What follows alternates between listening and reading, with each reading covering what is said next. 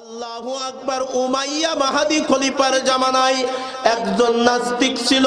খলিফার দরবারে গিয়া বলে, ও বাদশা, ও খলিফা, আমি সমাজের সমস্ত মানুষের কাছে বললাম আল্লাহ বলতে কোনো পদার্থ নাই, কোনো জিনিস নাই। বলেন নাউজুবিল্লাহ।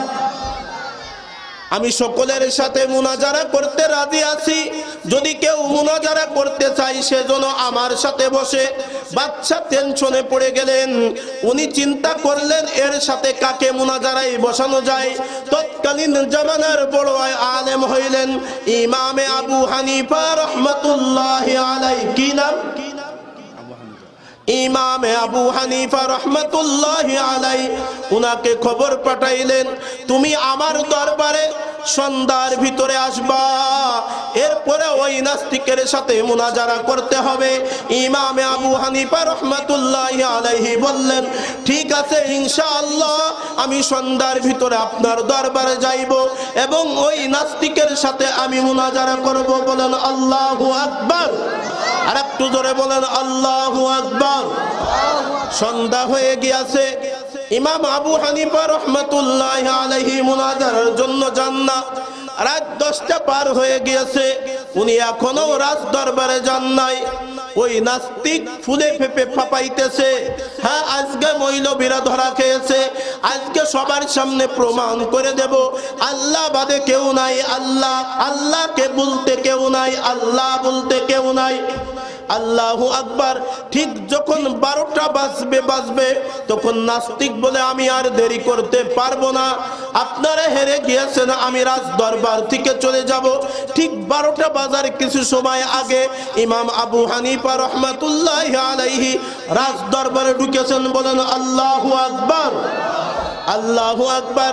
রাজ দরবারে ঢুকার সাথে সাথে ওনাকে আদবের সাথে খলিফা জিজ্ঞাসা করে, হুজুর আপনাকে সন্ধ্যার সময় আসতে বলেছি, আপনি এত দেরি করলেন কেন, একটু বুঝাইয়া বলবেন।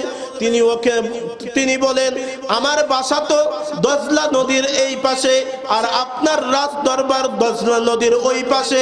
আমি যখন সন্ধ্যার দিকে দজলা নদীর তীরে এসেছি তখন কোনো খেওয়া নাই, নৌকা নাই, অন্য কোনো ব্যবস্থাপনা নাই।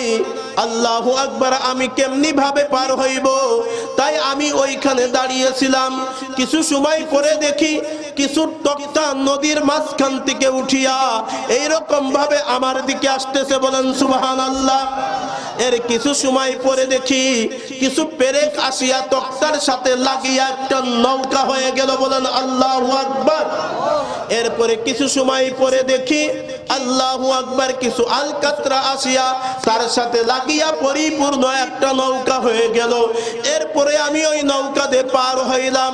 এরপরে নৌকার উল্টা দিকে আল্লাহু আকবার স্রোত যাইতেছিল, ঠিক নৌকাটাও স্রোতের উল্টা দিকে গিয়া আমাকে নদীর ওই পারে পার করে দিয়েছেন। বলেন সুবহানাল্লাহ। আল্লাহু আকবার। এইগুলা করতে আমার দেরি হয়ে গিয়েছে, তাই আমার আসতে দেরি হয়েছে। আল্লাহু আকবার।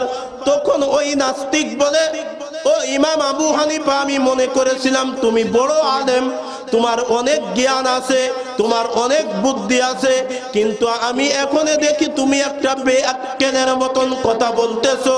একা একা কি নৌকা হতে পারে? নদীর ভিতর থেকে কি পেরেক আসিয়া নৌকা হতে পারে? আল্লাহু আকবার। ইমাম আবু হানিফা রহমাতুল্লাহি আলাইহি বলেন, যদি একটা নৌকা আপনি নিজে না হতে পারে, তাহলে এই বিশ্ব জগৎ কি একা একা চলতে পারে? জোরে কোন। তাহলে এই বিশ্ব জগৎকে কে চালান? জোরে কোন। আর একটু জোরে, কে চালান?